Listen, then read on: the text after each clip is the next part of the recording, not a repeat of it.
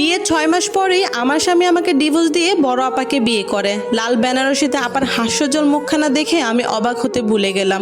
আপা কি করে পারলো আমার সংসার ভাঙতে? কি দোষ করেছিলাম আমি?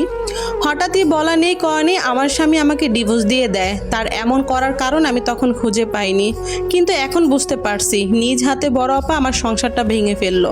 কাঁদতে কাঁদতে সেদিন যখন বড় আপাকে জিজ্ঞেস করলাম কেন করলে আমার সাথে এমন, বড় আপা হাসতে হাসতে বলল, কেবল তো শুরু, তোকে আমি কখনো শান্তি দেব না, তোর সকল সুখের উৎস আমি নষ্ট করে দেব।